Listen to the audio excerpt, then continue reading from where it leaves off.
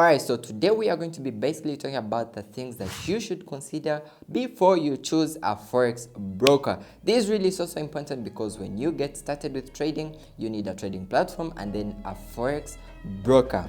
Alright, now what's up guys, welcome back to my YouTube channel. You know, it's your boy V Dollar back in today's video. It's lit. So today's video is sponsored by FX. This is one of the best brokers. Imagine trading with 0.0 spreads. You know, it's ridiculous. So you can actually sign up with FX. The link is in the description below. So we are going to dive straight into it. Alright, now the first thing that we have to consider is regulation. So forex brokers must be regulated under a given body. Now it depends on the region that you are actually trading in. If you are in the UK, these brokers are regulated under FCA.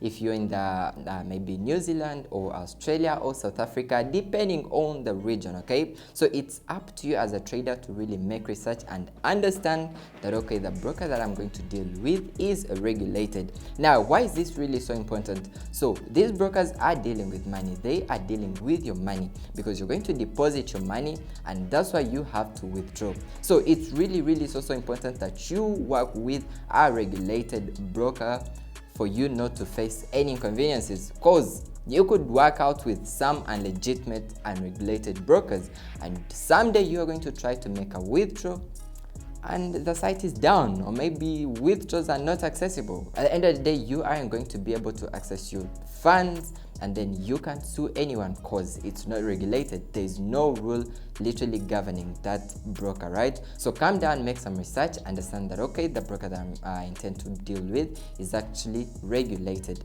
All right, now the second thing that we have to look at is the deposits and the withdrawals. So how faster are the deposits and the withdrawals? Now it's really so funny, some illegitimate brokers make deposits easier but then withdrawals so hard. It's like you depositing and then when it comes down to withdrawing, it's really so complicated. So you really need to deal with a broker where the deposits and withdrawals are really so easy to handle and then instant. Some brokers have withdrawals that actually take up to 72 hours, but then some other brokers have withdrawals that actually instant. Now, at the end of the day, we all need to deal with a broker that has instant withdrawals and deposits, right? So that you're able to deposit and then able to withdraw anytime, okay? Like anytime you need the money, you are able to withdraw. All right, now the third thing that we have to look at is the type of markets that you intend to trade. Now, some brokers offer a variety of markets. You could decide to trade commodities, you could decide to trade stocks and maybe cryptos and all that. And then some other brokers only offer forex, right? Only forex pairs. Maybe you aren't even able to trade indices. So it comes down to you as a trader. If you intend to trade indices, maybe you want to trade US 30 and maybe other things like US oil, gold, you have to choose a broker that has all those trading instruments, right? Because at the end of the day, you could have a broker that only offers forex pairs, right? GU, GBP, JPY, you know, just a few, and then you aren't able to trade these other pairs. A scenario, sometimes we are trading US oil and then some other people in the community have different brokers. You decide the broker that you want to deal with. So sometimes we are trading US oil, and then these other people actually don't have US oil listed on the commodities that they do have. So just choose a broker that actually has the trading instruments that you intend to trade. All right, now the fourth thing that we have to look at is the customer service. Now you are the client and then they are providing the service to you. How faster can you be able to reach them, right? Because sometimes you're going to face issues maybe with withdrawals, or maybe something has gone down and you want to reach out the customer care service, right? How fast are they and how are you going to reach them out? Some brokers really make it so hard for the clients to be able to reach them that you have to send an email only and then it takes forever for them to be back to you, right? And then some of the brokers even make it down even to WhatsApp, you know, Telegram, that you can actually be able to reach them anytime. So it's really so important for you as a trader to avoid inconveniences. You have to get a broker that is actually accessible anytime, actually 24/7 for the customer service, because we stay in different time zones.